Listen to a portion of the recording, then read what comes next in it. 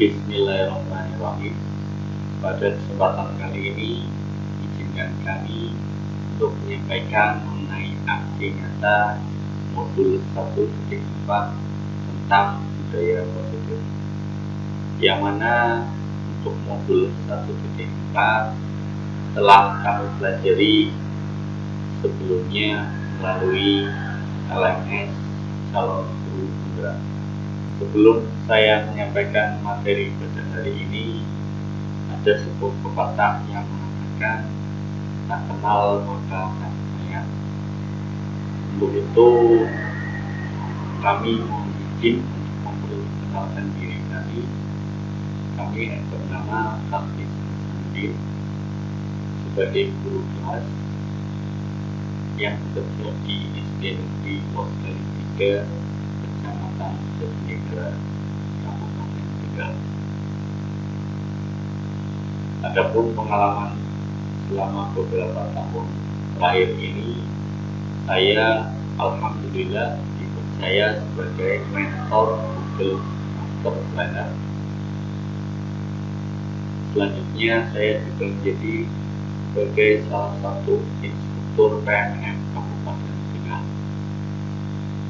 Adapun sertifikasi keahlian yang saya miliki yaitu ada Google Certificate Educator level 1 yang kami dapatkan pada tahun 2021, serta untuk sertifikasi keahlian yang kedua yaitu Google Certificate Educator level 2 yang alhamdulillah telah kami dapatkan pada tahun 2020. Pada kesempatan kali ini saya menyampaikan aksi nyata modul 1.4 budaya positif, antara lain karena beberapa latar belakang berikut ini.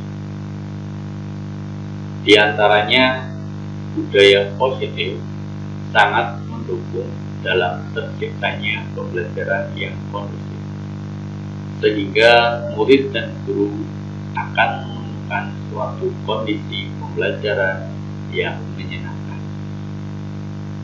sehingga sudah tentu proses pembelajaran akan dapat berjalan tanpa adanya suatu beban, tapi itu merupakan sebuah kebutuhan. Budaya positif juga dapat membantu menggerakkan moral yang positif bagi murid, sehingga harapannya karakter murid tidak hanya terbentuk dari akademik atau intelektualnya saja, akan tetapi hasil atau dampak dari lingkungan yang ada. Kita akan sama-sama belajar mengenai disiplin positif. Apa itu hukuman, penghargaan, dan restitusi. Selanjutnya ada materi tentang keyakinan. Selanjutnya ada kebutuhan dasar manusia,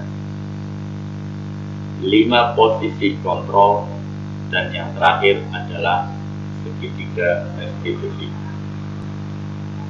Yang mana materi-materi ini berkaitan sangat erat dan akan kami sajikan nanti pada materi segitiga restitusi mengenai demonstrasi penerapan di sekolah kami dalam menangani sebuah pelanggaran yang ada menggunakan segitiga restitusi. Ayo kita sama-sama mulai untuk belajar bersama mengenai disiplin positif. Bapak Ibu semuanya, yang pertama kita akan mengenal yang namanya sebuah perubahan paradigma.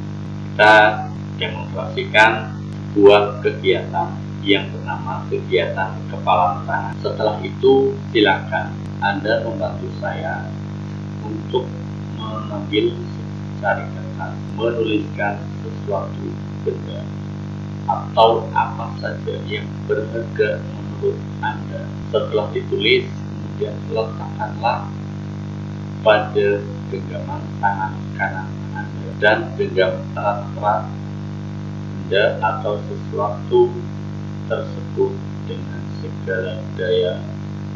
Buatlah sebuah kepalan seperti ini, atau bisa dipraktekkan sesuai gambar di bawah itu. Setelah Anda menggenggam, kemudian ada teman Anda yang bernama Dito. Kalau dalam video ini Anda memilih sebagai kita, dan datanglah Dito.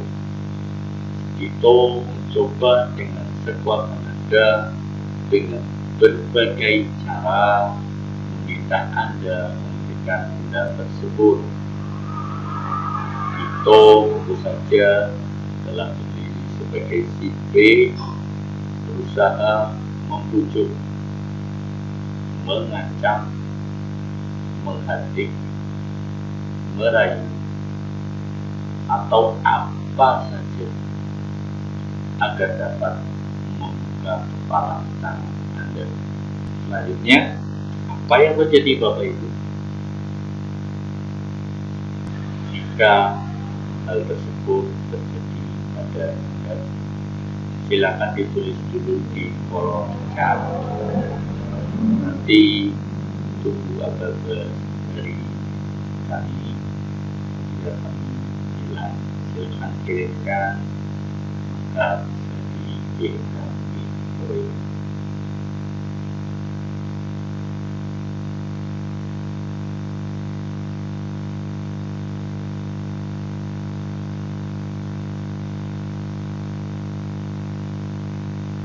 Ya, silakan Bapak Ibu bisa dikirimkan jawabannya. Terima kasih telah membantu kami menuliskan apa yang terjadi pada kolom chat. Selanjutnya saya mohon bantuan kepada Ibu Tessa.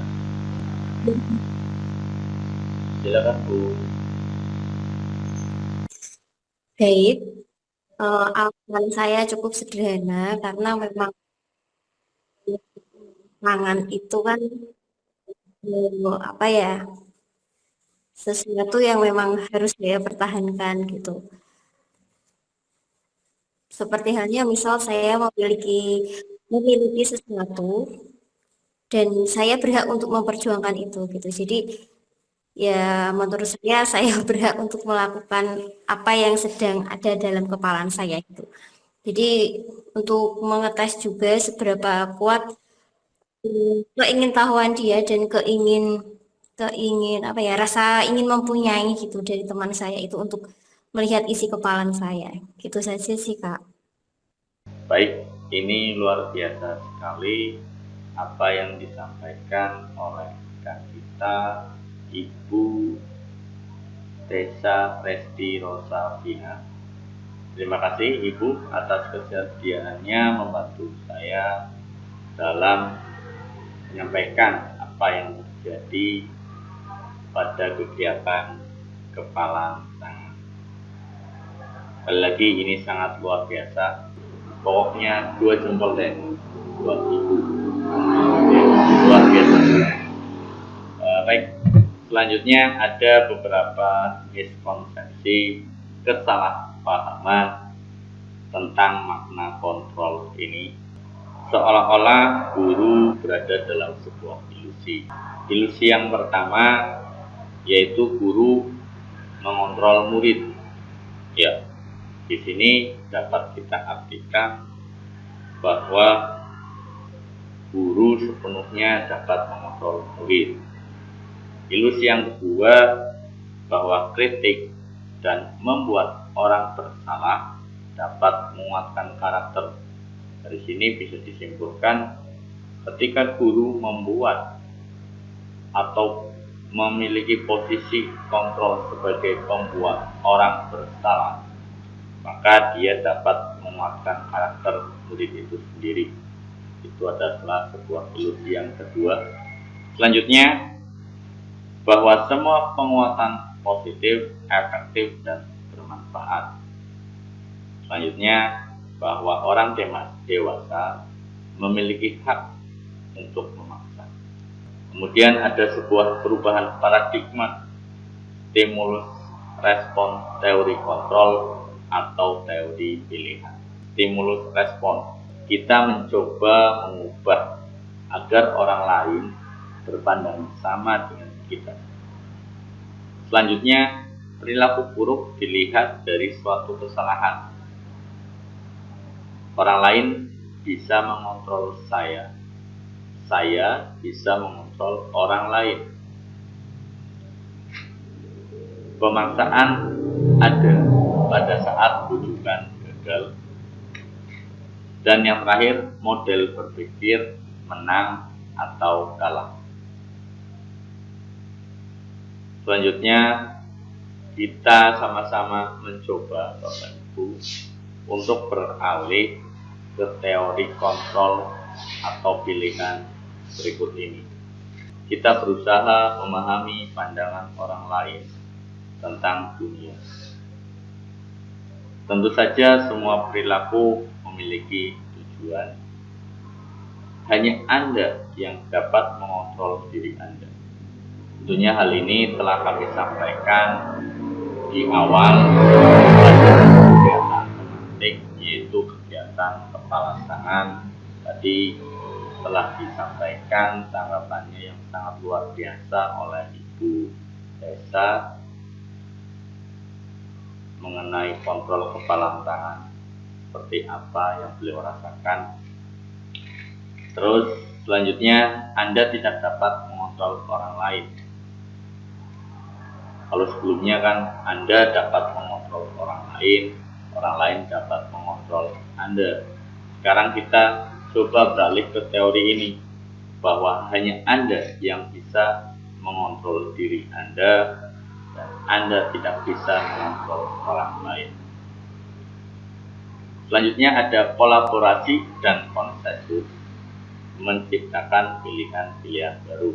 Ya, tentu saja dengan adanya kolaborasi, kerjasama, itu akan menciptakan yang namanya sebuah inovasi seperti itu. Selanjutnya, kita beralih ke pemikiran atau model berpikir menang-menang. Kita cari win-win solution-nya gitu. Oke, selanjutnya kita akan sama-sama sharing mengenai kata disiplin. Disiplin berasal dari bahasa Latin disciplina, yang artinya belajar. Ya. Namun dalam budaya kita, disiplin telah berubah, ya, maknanya menjadi sesuatu yang dilakukan seseorang pada orang lain untuk mendapatkan kepatuhan.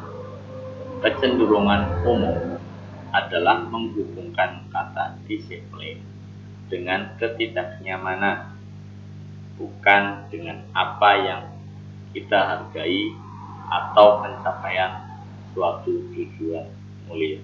Dalam budaya kita, tentu saja disiplin itu kita hubungkan dengan keyword atau kata kepatuhan. Jadi kalau ada kata disiplin, di sini anak dituntut untuk patuh. Padahal seharusnya disiplin diri membuat orang mampu menggali potensinya menuju sebuah tujuan apa yang dia hargai. Kita beralih ke ilustrasi ini, Bapak Ibu. Itu ada keyword potensi. Disiplin diri itu menggali potensi untuk menuju sebuah tujuan apa yang dia hargai. Disiplin ini merupakan sikap tanggung jawab terhadap apa yang dilakukannya, karena mereka menyadari bahwa tindakan mereka harus berdasarkan tindakan pada nilai kebajikan universal. Dalam hal ini, pada kurikulum Merdeka sesuai dengan profil pelajar Pancasila, belajar memiliki profil ini, yaitu belajar yang terbangun untuk keenam dimensi pembentuknya. Kira-kira apa saja? Yang pertama yaitu dimensi beriman, bertakwa kepada Tuhan yang Maha Esa dan berakhlak mulia. Yang kedua, mandiri. 3, bergotong royong. 4, berkebinekaan global. Dan 5, bernalar kritis. Dan yang terakhir ada yang namanya kreatif. Oke, next. Di sini ada gambar Ki Hajar Dewantara. Ki Hajar Dewantara ini adalah tokoh termasyhur menurut saya yang pemikirannya telah dipakai oleh negara-negara di bagian barat. Kemudian, apakah kita sendiri telah menerapkan filosofi pemikiran Faraday di sekolah kita? Ya, pemikiran Faraday ini sangat luar biasa, Bapak Ibu. Salah satunya yaitu sekolah ibarat sebuah taman, sehingga murid yang datang ke sekolah merasa gembira, senang, nyaman, dan bahagia. Menurut KHD tadi, di mana ada kemerdekaan, disitulah harus ada disiplin yang kuat, di mana kita yang harus mampu mendisiplinkan diri kita terlebih dahulu. Selanjutnya, di sini ada teori motivasi, hukuman, konsekuensi, dan penghargaan. Kemudian ada yang namanya restitusi. Kita coba sharing satu-satu, Bapak Ibu. Oke, next. Pada teori motivasi perilaku manusia, di sini kita mengenal ada 2 motivasi. Di antaranya yang pertama eksternal atau motivasi eksternal dan motivasi internal. Motivasi eksternal ini biasanya untuk menghindari ketidaknyamanan atau hukuman. Selanjutnya, untuk mendapatkan imbalan dari orang lain atau institusi. Itu termasuk ke dalam motivasi eksternal. Sedangkan yang kedua, di sini ada motivasi internal.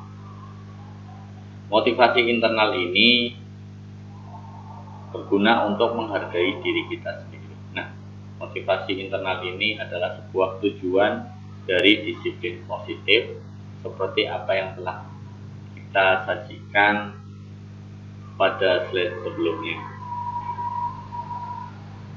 Pada motivasi internal, di sini ada sebuah pertanyaan pemantik, yaitu saya akan menjadi orang yang seperti apa bila saya melakukan. Pertanyaan tersebut tentu saja menjadi sebuah motivasi internal untuk kita, yang tujuannya adalah untuk disiplin positif, yaitu menghargai diri kita sendiri. Selanjutnya ada hukuman dan konsekuensi. Hukuman dan konsekuensi ini ada perbedaannya, Bapak Ibu. Mungkin selama ini kita menganggapnya semua itu adalah hukuman, atau kita sendiri masih kesulitan ya, mana yang termasuk hukuman, mana yang termasuk sebuah konsekuensi. Mari kita sama-sama sharing di sini apa itu hukuman dan konsekuensi. Oke, di sini ada beberapa contoh atau 6 tindakan guru. Yang pertama, mencatat 100 kali di dalam buku kalimat. Di situ kita menyuruh murid untuk menulis ya sebanyak 100 kali kalimat berikut. Contohnya, saya tidak akan terlambat lagi. Saya tidak akan terlambat lagi. Saya tidak akan terlambat lagi.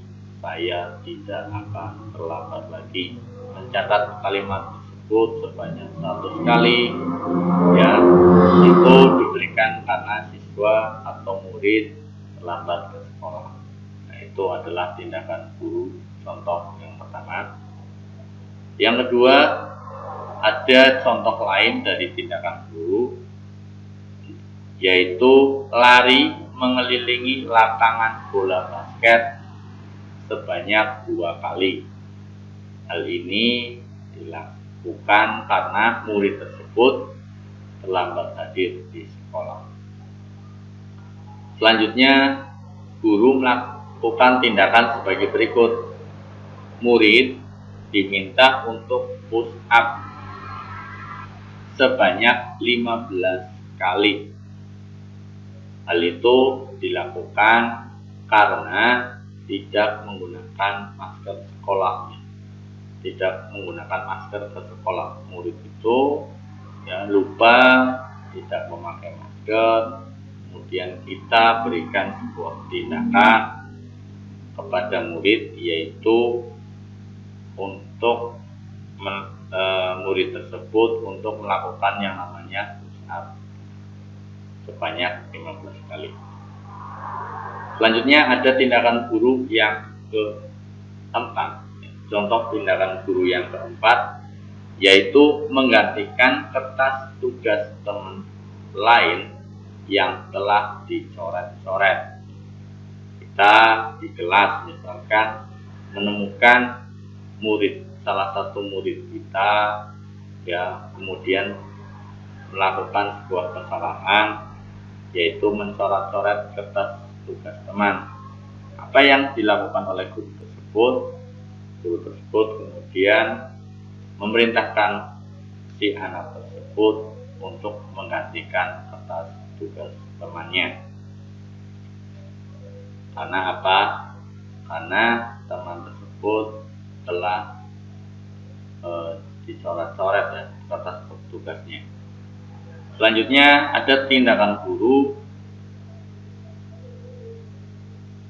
contohnya membersihkan tumpahan air di meja tulis karena tersenggol pada saat belajar. Kita temukan di kelas ya, ada anak yang membawa air kemudian ditaruh di atas meja. Kemudian ada salah satu temannya yang baik sengaja ataupun tidak sengaja ya, itu menyenggol ya Pak. Kemudian ada salah satu temannya baik secara sengaja ataupun tidak sengaja menyenggol air ya, tempat air yang ada di meja, kemudian terjadilah sebuah tumpahan. Nah, sebagai guru kita memberikan sebuah tindakan, yaitu menyuruh siswa untuk membersihkan tumpahan air. Selanjutnya ada contoh tindakan guru yang keenam, yaitu lari mengelilingi lapangan bola basket 2 kali. Karena terlambat 10 menit dalam pelajaran PJK. Kita sebagai guru, ketika ada anak yang terlambat, ya, khususnya pada mata pelajaran PJK, kemudian kita menyuruh siswa untuk melakukan kegiatan lari mengelilingi lapangan basket sebanyak 2 kali.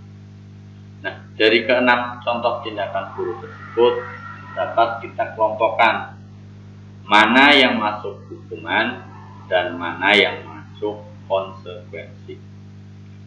Yang masuk hukuman itu pada kalimat ini, mencatat 100 kali di dalam buku kalimat saya tidak akan terlambat lagi karena terlambat ke sekolah.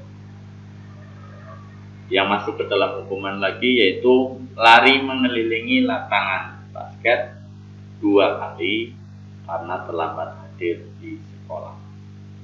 Selanjutnya contoh tindakan guru yang ketiga yang masuk ke dalam hukuman yaitu murid diminta untuk push up 15 kali karena tidak menggunakan masker ke sekolah. Sedangkan 3 kalimat selanjutnya itu semuanya masuk ke konsekuensi. Dari sini kita bisa mengetahui mana sih yang termasuk perbedaan antara hukuman dan konsekuensi. Yang pertama, ketika hukuman itu adalah sesuatu yang menyakitkan yang harus terjadi. Itu ada kata sesuatu yang menyakitkan. Berbeda dengan konsekuensi. Konsekuensi itu adalah sesuatu yang harus terjadi. Pada hukuman membuat anak sakit baik fisik maupun hati, dan itu bisa berakibat jangkanya waktunya itu lama. Sedangkan pada konsekuensi membuat anak merasa tidak nyaman, tapi itu hanya dalam jangka waktu pendek, tidak seperti hukuman yang bisa untuk jangka waktu yang lama. Selanjutnya pada hukuman, anak bisa membenci yang namanya kedisiplinan. Namun pada konsekuensi, anak menghargai disiplin.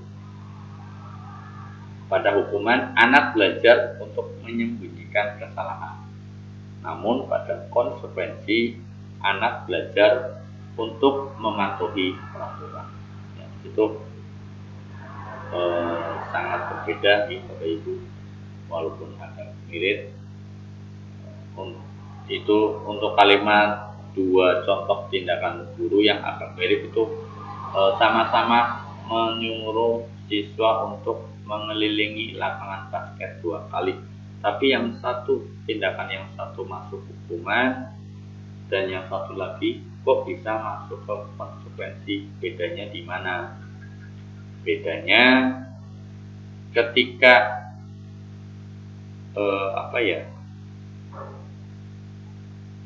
ketika dalam hal umum ya, misalkan tentang kedisiplinan, terlambat masuk sekolah,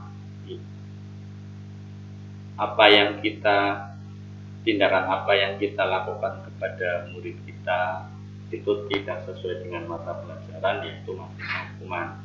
Tapi di situ ketika mata pelajaran sesuai, misalnya ini kamu terlambat lagi pelajaran PCOK, lagi lari-lari, kan ada lari gitu kan, itu bisa masuk ke dalam konsekuensi. Sekaligus anak itu belajar untuk mempertanggungjawabkan apa kesalahannya, sekaligus bisa sekolah. Oke, next. Di sini ada yang namanya penghargaan. Penghargaan ini sebenarnya berlaku sama dengan hukuman, dalam arti meminta atau membujuk seseorang melakukan sesuatu untuk memenuhi suatu tujuan tertentu dari orang yang meminta atau membujuk. Dorongannya eksternal dan akan ada faktor ketergantungan. Ya,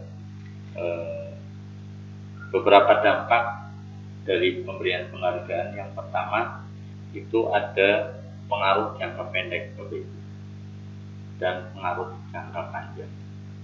Itu penghargaan. Sekarang kita coba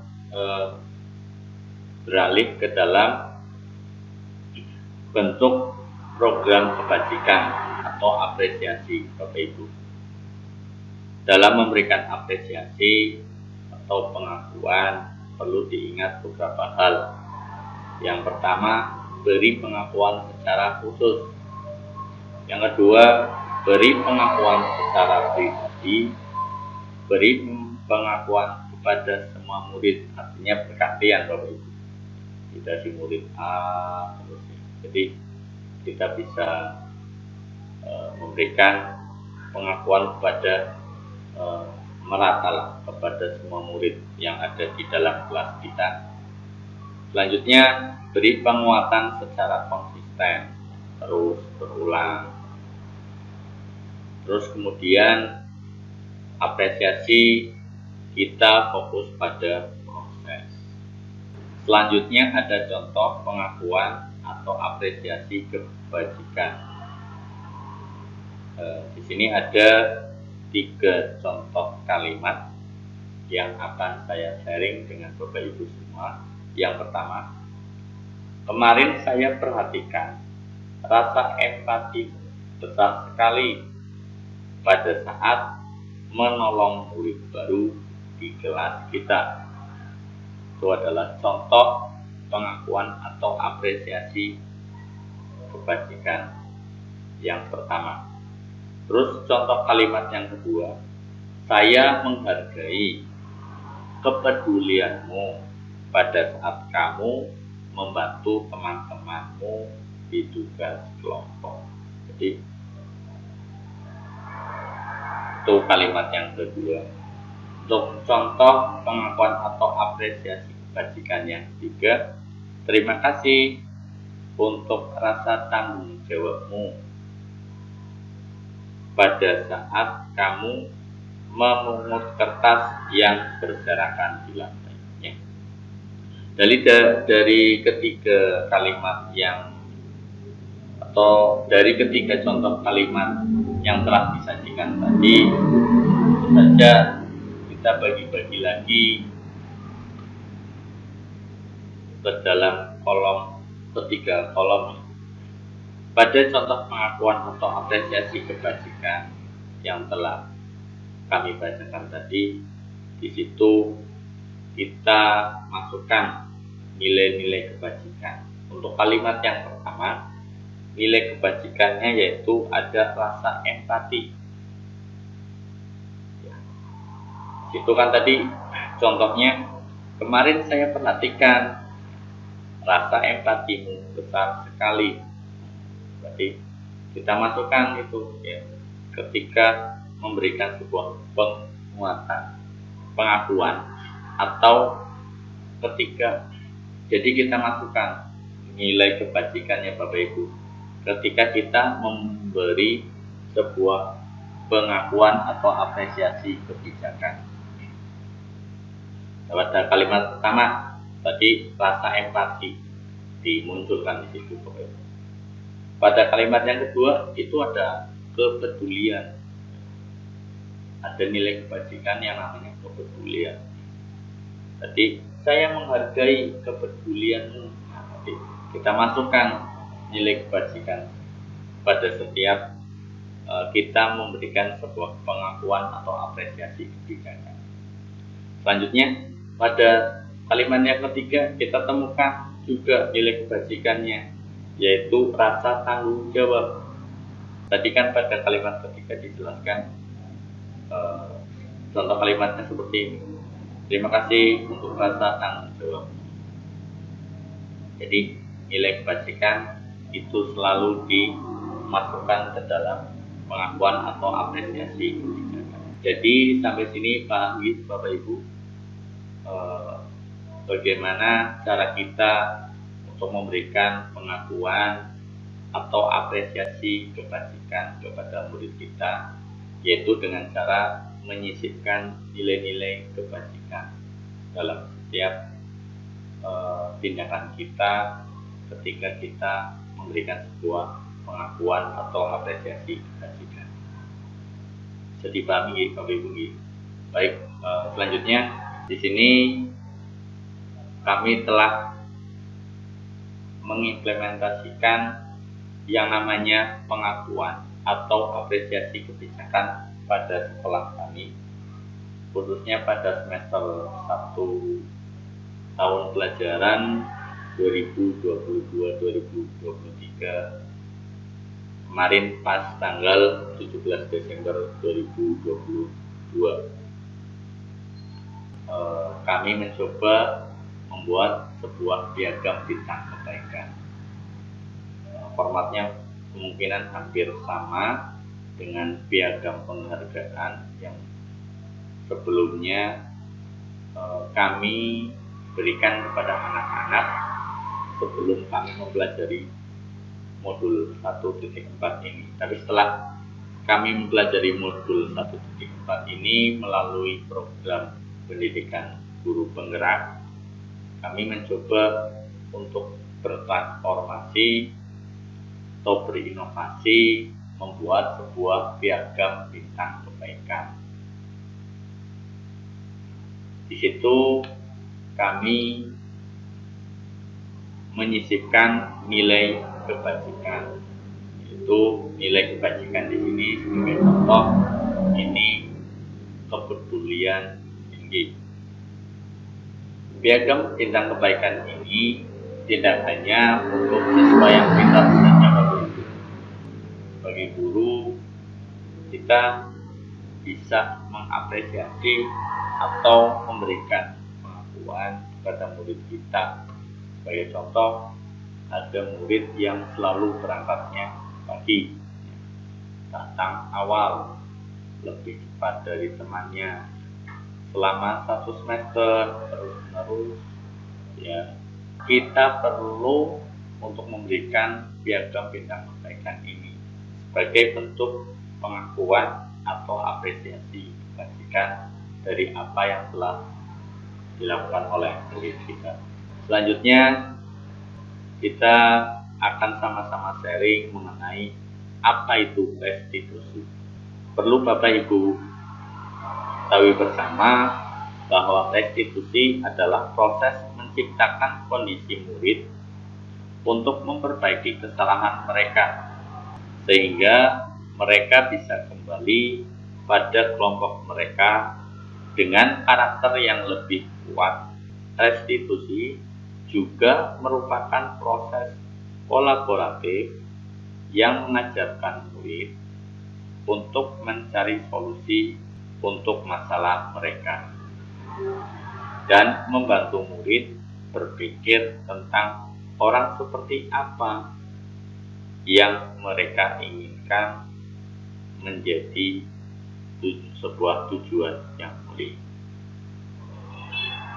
dan bagaimana mereka harus memperlakukan orang lain. Tentu saja restitusi ini adalah budaya positif yang perlu kita tanamkan pada lingkungan sekolah kita. Selanjutnya kita sama-sama mengetahui perbedaan dari hukuman, konsekuensi, dan restitusi. Hukuman adalah sesuatu yang menyakitkan, membuat murid tidak nyaman, memaksa, dan menyebabkan rendah diri. Sedangkan untuk konsekuensi adalah penguatan jangka pendek, perlu monitoring berkelanjutan, dan adanya stimulus respon. Selanjutnya ada restitusi. Restitusi ini berarti fokus pada pemecahan masalah jangka panjang. Murid bersemangat memperbaiki kesalahan. Dari ketiga kata ini ada hukuman, konsekuensi, restitusi. Bisa kita lihat bahwa hukuman tentu saja memiliki nilai negatif, Bapak Ibu. Sedangkan konsekuensi memiliki nilai netral dan restitusi memiliki nilai positif. Sehingga apa yang perlu kita jadikan budaya positif di sekolah itu adalah penerapan restitusi, Bapak Ibu. Sehingga dipandang perlu untuk kita semua, Bapak Ibu, untuk menerapkan atau mengimplementasikan restitusi ini pada lingkungan sekolah kita agar menjadi sebuah budaya yang positif. Lalu apa saja sih ciri-ciri dari restitusi itu Bapak Ibu? Kenapa kita harus menerapkannya di lingkungan sekolah kita supaya menjadi budaya positif?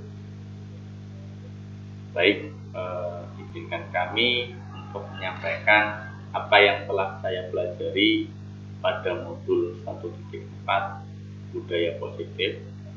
Di situ restitusi memiliki ciri-ciri seperti ini Bapak Ibu. Yang pertama, bukan untuk menebus kesalahan, namun untuk belajar dari kesalahan.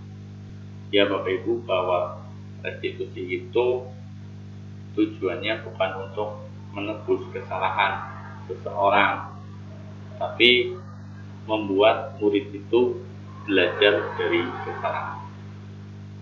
Yang kedua, itu restitusi memperbaiki hubungan. Yang ketiga, restitusi itu tawaran, bukan paksaan. Yang keempat, restitusi menuntun untuk melihat ke dalam diri anak tersebut. Yang kelima, restitusi mencari kebutuhan dasar yang mendasari tindakan. Nanti kita akan sama-sama sharing mengenai kebutuhan dasar manusia apa saja nanti di slide selanjutnya. Selanjutnya ada restitusi diri adalah cara yang paling baik. Restitusi fokus pada karakter, bukan tindakan. Restitusi fokus pada solusi. Dan yang terakhir, restitusi mengembalikan murid yang berbuat salah pada kelompok. Baik Bapak Ibu, itulah ciri-ciri restitusi yang tentunya bisa kita implementasikan ke dalam lingkungan kelas atau sekolah kita agar menjadi sebuah budaya yang positif. Selanjutnya ada yang namanya keyakinan kelas. Tadi pada slide sebelumnya dijelaskan bahwa motivasi intrinsik adalah salah satu tujuan disiplin positif. Nah, pada keyakinan kelas ini tentunya mendukung motivasi intrinsik Bapak Ibu semuanya. Kembali ke nilai-nilai keyakinan, lebih menggerakkan seseorang dibandingkan mengikuti rangkaian peraturan. Ketika kita membuat sebuah peraturan atau paksaan, maka murid tersebut melaksanakannya dengan terpaksa. Namun ketika kita awali dengan keyakinan, berarti membuat murid kita ikut dalam proses pembuatan peraturan yang ada di kelas kita. Lalu bagaimana sih cara untuk membuat sebuah keyakinan kelas? Dalam keyakinan kelas, kami awali dengan membuat sebuah kesepakatan kelas terlebih dahulu Bapak Ibu. Nah, ini foto ini adalah dokumentasi kami ketika melakukan sebuah kesepakatan kelas bersama dengan murid-murid kami. Dalam membuat sebuah kesepakatan kelas, kami menyediakan sebuah kertas HPS kosong. Alternatif lain selain kertas HPS itu ada not stempel atau sticky note atau catatan lengket yang ada linknya itu, yang warna-warni itu bisa juga digunakan sebagai pengganti HPS. Itu malah nanti lebih menarik Bapak Ibu, ada warna merah, kuning, biru. Nanti siswa-siswa kita atau murid-murid kita tinggal menulis, nanti bisa langsung ditempelkan di depan papan tulis. Setelah ditempel di papan tulis, kemudian dilanjutkan dengan diskusi Bapak Ibu. nanti murid-murid kita arahkan untuk maju ke depan, berdiskusi tentang apa sih yang telah mereka tulis dalam catatan tersebut. Kemudian dari hasil diskusi tersebut dapatlah sebuah kesepakatan kelas yang mana itu adalah hasil dari diskusi para siswa kita. Lalu apa sih manfaat dari kegiatan kesepakatan kelas ini? Yang pertama, murid menerapkan dan menjaga komitmen yang telah disepakati bersama. 2. Murid mampu memelihara karakter baiknya. 3. Murid memiliki nilai mandiri, kolaboratif, dan tanggung jawab yang tinggi. 4. Murid merasakan kebebasan dan kebahagiaan dalam mengajar. Yang kelima, seluruh warga sekolah mampu menerapkan budaya positif untuk mewujudkan visi sekolah. Dengan banyaknya manfaat yang kita dapatkan dari kegiatan kesepakatan kelas ini, semoga bisa menjadi motivasi kepada Bapak Ibu untuk sama-sama menjalankan atau membuat sebuah kesepakatan di kelas. Oke, next. Selanjutnya ada kebutuhan dasar manusia. Tadi pada slide sebelumnya, khususnya pada saat kita sharing mengenai restitusi, di situ dijelaskan bahwa restitusi mencari kebutuhan dasar yang mendasari tindakan. Nah, di sini coba kita sharing lebih lanjut, apa sih kebutuhan dasar manusia? Kebutuhan dasar manusia diantaranya bertahan hidup, rasa kasih sayang dan rasa diterima, penguasaan, kesenangan, dan kebebasan. Selanjutnya Bapak Ibu, kita akan sharing mengenai 5 posisi kontrol. 5 posisi kontrol. Yang pertama ada penghukum.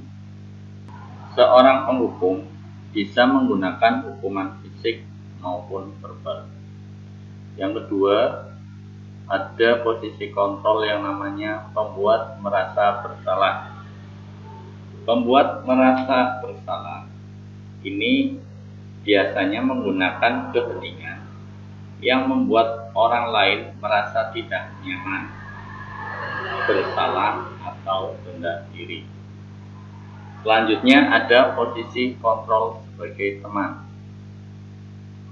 Dalam hal ini, guru tidak menyakiti murid, namun akan tetap berupaya mengontrol murid melalui persuasi. Selanjutnya ada posisi pemantau. Di sini ciri-cirinya adalah berdasarkan data. Data yang telah dikumpulkan oleh guru ini biasanya ada pada seorang guru yang memiliki posisi sebagai kontrol pemantau. Selanjutnya ada posisi manajer. Posisi kontrol manajer ini adalah yang baik menurut kami, karena sebagai seorang manajer tentu saja telah memiliki keterampilan di posisi teman maupun pemantau, dan demikian bisa jadi di waktu-waktu tertentu kembali kepada kedua posisi tersebut apabila diperlukan. Namun bila kita menginginkan murid-murid kita menjadi manusia yang merdeka, mandiri, dan bertanggung jawab, maka kita perlu mengacu kepada restitusi yang dapat menjadikan murid kita seorang manajer bagi dirinya sendiri. Di posisi kontrol sebagai manajer ini, murid akan diajak untuk menganalisis kebutuhan dirinya maupun kebutuhan orang lain, Bapak Ibu. Baik Bapak Ibu, sekarang kita sama-sama mencoba untuk menganalisis apa saja yang ada dalam kasus berikut. Mohon izin untuk membacakan deskripsi kasus tersebut. Ibu Dani sedang menjelaskan pelajaran bahasa Inggris di papan tulis. Namun beliau memperhatikan bahwa Fajar malah tidur-tiduran dan tampak acuh tak acuh pada pelajarannya. Fajar, coba jawab pertanyaan nomor 3. Maju ke depan dan kerjakan di papan tulis. Fajar pun tampak malas-malasan maju ke depan. Dan sesampai di depan papan tulis pun, Fajar hanya diam terpaku, sambil memegang buku bahasa Inggrisnya dan memainkan spidol di tangan. Ayo Fajar, makanya jangan tidur-tiduran. Lain kali perhatikan. Sudah sana, duduk kembali. Kira-kira siapa yang bisa? Fajar pun kembali duduk di bangkunya. Hal seperti ini sudah seringkali terjadi pada Fajar. Seperti tidak memperhatikan, acuh tak acuh, dan nilai-nilainya pun tidak terlalu baik untuk pelajaran bahasa Inggris. Pada saat ditegur oleh Ibu Dani, Fajar menjawab, "Tidak tahu, Bu." Ibu Dani pun menjawab lirik, "Gimana Fajar? Kamu tidak kasihan sama ibu ya? Ibu sudah capek-capek mengajarkan kamu. Tidak kasihan sama ibu." Dan Fajar pun diam. Dari deskripsi kasus di atas, maka kita mencoba untuk mengilustrasikan dalam sebuah komik. Fajar, coba jawab pertanyaan nomor 3. Itu tadi yang disampaikan oleh Bu Dani. Selanjutnya, Fajar menjawab tidak tahu. Bu Dani kemudian melanjutkan dengan berkata, "Ayo Fajar, lain kali perhatikan." Kemudian Bu Dani berkata lirik sambil mengucapkan, "Gimana Fajar, kamu tidak kasihan sama ibu." Dan dari kasus ini kita bisa menemukan bahwa posisi kontrol Ibu Dani adalah sebagai penghukum. Kenapa? Karena seorang penghukum bisa menggunakan hukuman fisik atau verbal. Orang-orang yang menjalankan posisi penghukum senantiasa mengatakan bahwa sekolah memerlukan sistem atau alat yang dapat lebih menekan murid lebih dalam lagi. Hal ini ditunjukkan dengan beberapa perkataan dari Ibu Dani. Yang pertama, Fajar, coba jawab pertanyaan nomor 3. Maju ke depan dan kerjakan di papan tulis. Kemudian Ibu Dani berkata, "Ayo Fajar, makanya jangan tidur-tiduran. Lain kali perhatikan, sudah sana duduk kembali." Nah, itu merupakan posisi kontrol Ibu Dani sebagai penghukum, karena Ibu Dani menggunakan hukuman verbal atau kata-kata. Baik, posisi Ibu Dani selanjutnya adalah sebagai pembuat rasa bersalah. Pada posisi ini, biasanya guru akan bersuara lebih lembut. Orang-orang yang menjalankan posisi membuat rasa bersalah senantiasa akan menggunakan keheningan yang membuat orang lain tidak nyaman, bersalah, atau rendah diri. Hal ini ditunjukkan dengan perkataan Ibu Dani. "Gimana kamu Fajar? Kamu tidak kasihan sama ibu ya? ibu sudah capek-capek mengajarkan kamu, tidak kasihan sama ibu. Lalu reaksi Fajar pun diam. Selanjutnya, dari kasus tersebut kita bisa mencoba menganalisis kemungkinan kebutuhan yang diperlukan oleh Fajar. Yang pertama adalah rasa cinta dan kasih sayang. Kenapa?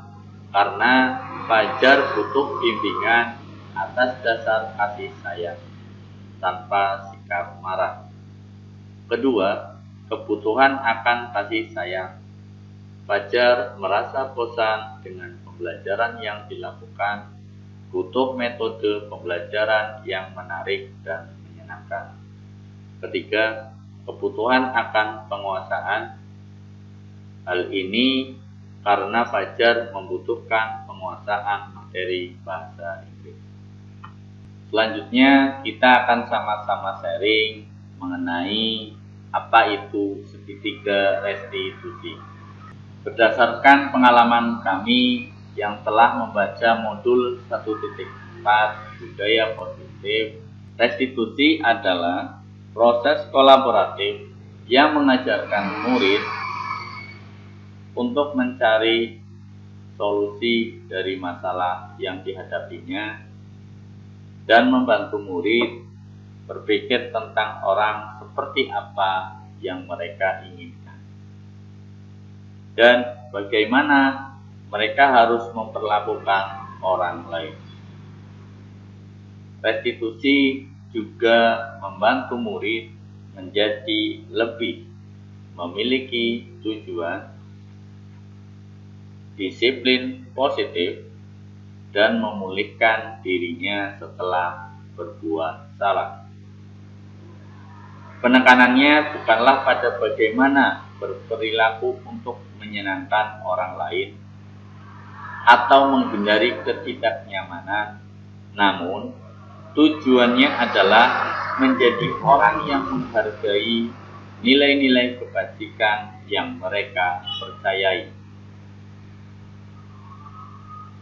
Sebelumnya, kita telah belajar bahwa teori kontrol pada dasarnya kita memiliki motivasi intrinsik.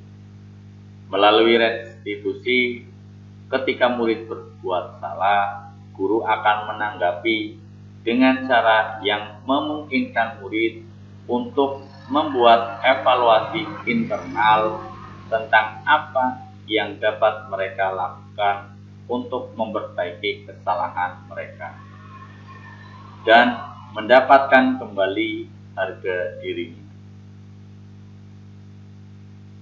Restitusi menguntungkan korban, tetapi juga menguntungkan orang yang telah berbuat salah. Ini sesuai dengan prinsip dari teori kontrol William Glasser tentang solusi menang-menang atau yang tadi disampaikan pada slide sebelumnya, yaitu win-win solution. Berikut adalah tahapan-tahapan segitiga restitusi. Yang pertama adalah menstabilkan identitas.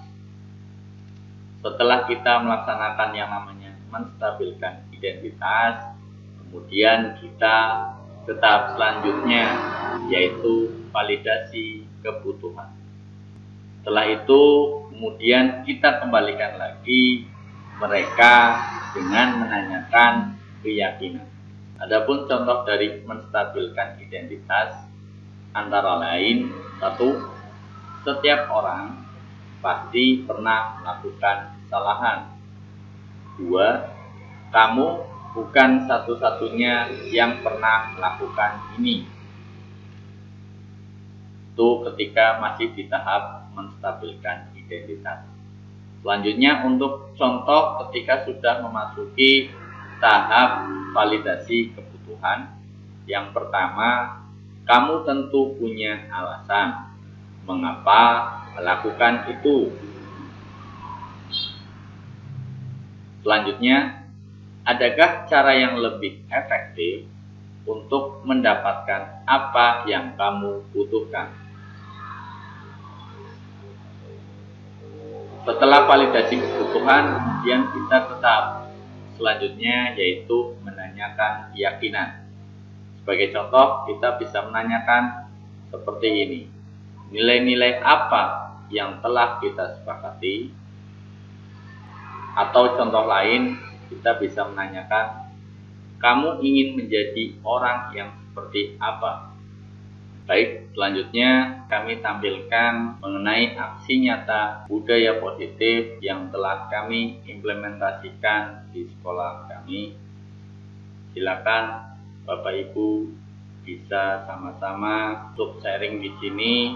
Semoga ini bisa menjadi inspirasi untuk Bapak Ibu dalam menerapkan segitiga restitusi di sekolahnya masing-masing. Harapan kami dengan adanya demonstrasi segitiga restitusi ini, maka lingkungan sekolah kita akan terwujud yang namanya budaya positif. Selamat menyaksikan.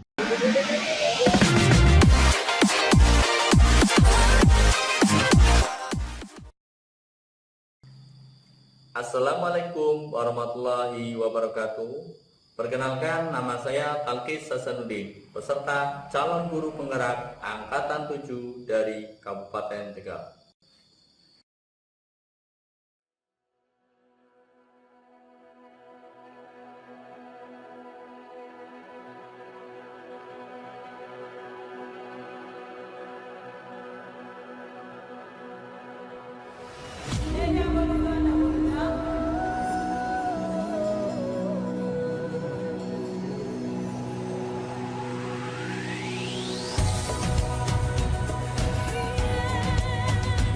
Selamat pagi.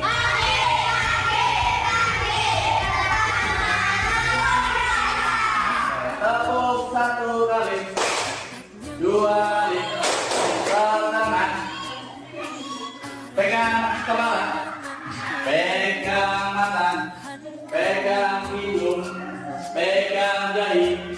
Dari mana dahi? Inilah masa berganti, tantangan kan kita hadapi. Mai.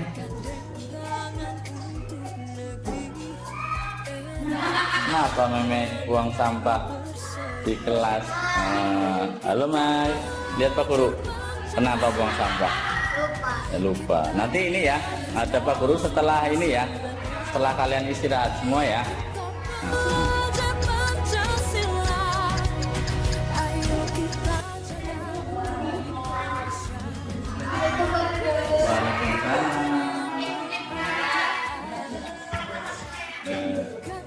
Ini ya, daripada istirahat ya. Ini udah istirahat belum? Udah ya, walaupun sebentar nggak apa-apa ya. Ya, Mesal tahu ya, ketika Pak Guru ini saat ngapa ya. Istirahat, harusnya kamu istirahatnya agak lama ya, ini cuma sebentar istirahat. Gara-gara tadi ada kesalahan kecil, yaitu apa tadi? Ruang ketika di awal semester kita sudah bikin kesepakatan kelas ya baik. Kesepakatan kelas salah satunya adalah iya tidak boleh membuang sampah di kelas atau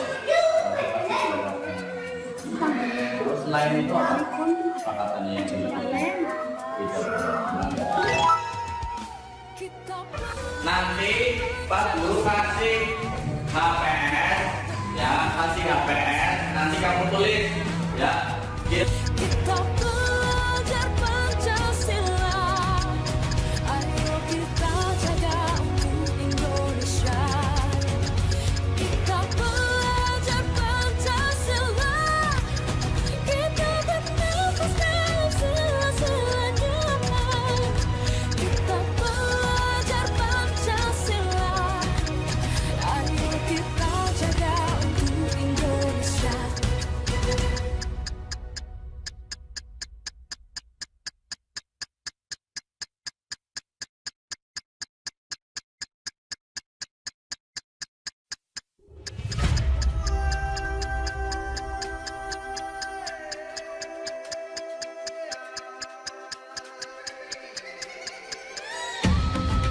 Ya, ini kesepakatan kalian ya, ada menjaga kebersihan kelas. Bangunkan, bukalah matamu, saatnya meraih mimpimu. Arahkan pandangan ke depan, Tuhan kan menuntunmu. Sadarilah masa berganti, tantangan kan Ya, kita sudah ketemu 5. hadapi. Ya, silakan salah satu menyampaikan ke Pak Guru ke depan. Ayo, maju disampaikan. Yang kamu sepakati apa saja? Zaki atau Mai nggak apa-apa wes. Apa Haddad nggak apa-apa, yang berani siapa? Ya, silakan. Apa saja Mas Haddad yang lain di situ di belakang, yang lain di belakangnya. Di belakangnya Haddad. Ayo, masih diskusi ya. Barangkali Haddad masih ini, masih bingung. Ya, Haddad kesepakatannya apa dari kelas 4? Satu, tidak boleh makan di kelas ya. Sepakat teman-teman? Ayo teman-teman, ada ke sini semua. Ayo, yang setuju kesepakatan kelas tidak boleh makan dan minum di ruang kelas, angkat tangan. Yang setuju siapa? Setuju semua? Ada yang nggak setuju? Setuju semua ya? Oke, berarti disepakati sudah dapat 1 ya. Tidak boleh makan dan minum di ruang kelas. Setuju semua ya? Setuju. Oke. Yang kedua, Dat, apa?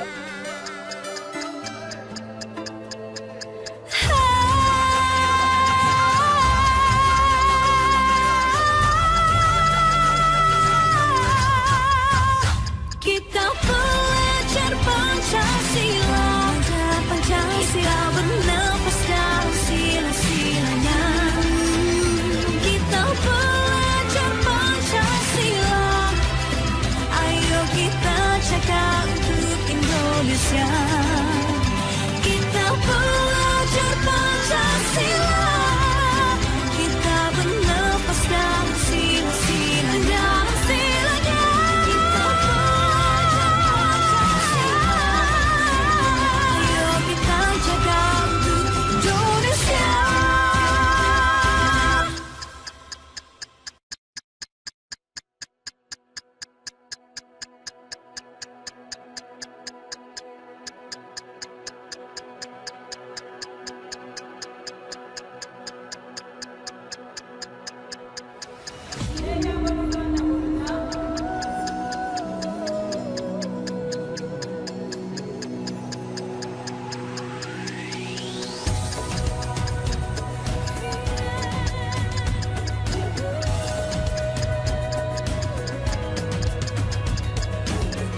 Bukalah matamu, saatnya meraih mimpimu.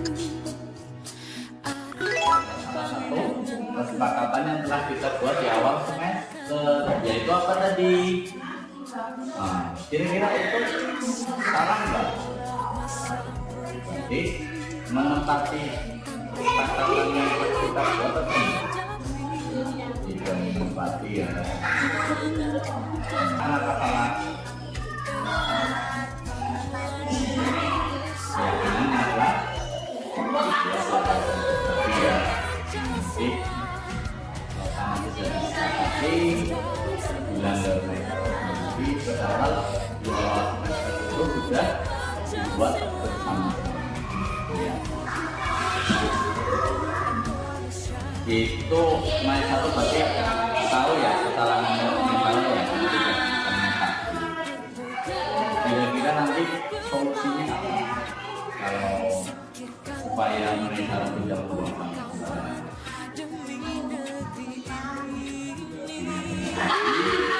Terus nanti ke depannya setelah tahu ini salah, berarti ke depannya kalau mau apa?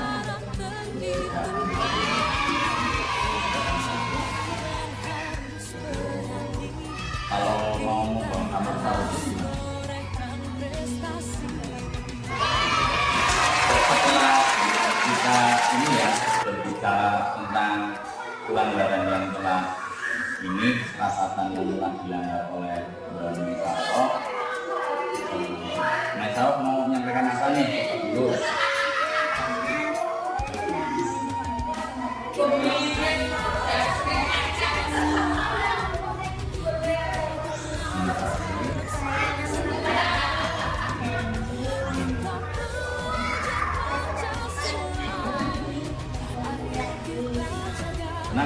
Kenapa nggak mau ulangi lagi? Karena itu. Terima kasih. Aku juga mohon maaf ya apabila ada penyampaian dari kamu yang itu semata-mata bukan karena kamu mau memarahi Mesaroh, tapi kita menyepakati aturan yang telah apalagi itu kesepakatan itu dibuat di awal semester. Ya, terima kasih Mesaroh. Waalaikumsalam warahmatullahi wabarakatuh. Dan bukalah matamu, saatnya. Baik, mohon izin untuk podcast di Bapak Ibu. Terima kasih atas waktunya. Saya ucapkan wassalamualaikum warahmatullahi wabarakatuh.